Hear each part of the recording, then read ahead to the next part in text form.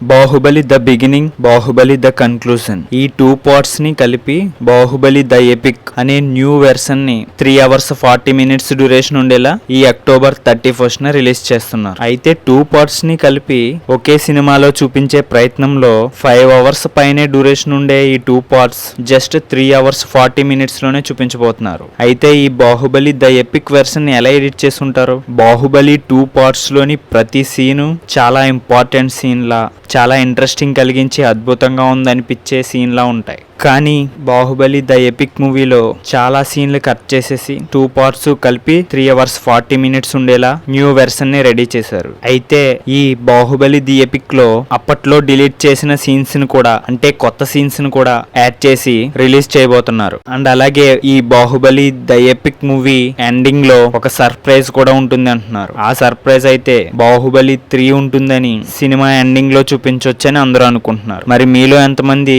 The epic Baahubali మూవీని theatre లో చూడటానికి ఎదురు చూస్తున్నారో కామెంట్స్ లో పెట్టండి. అలాగే ఇలాంటి సినీ అప్డేట్స్ కోసం మన సినీ చిట్ చాట్ ఛానల్ ని సబ్స్క్రైబ్ చేయండి.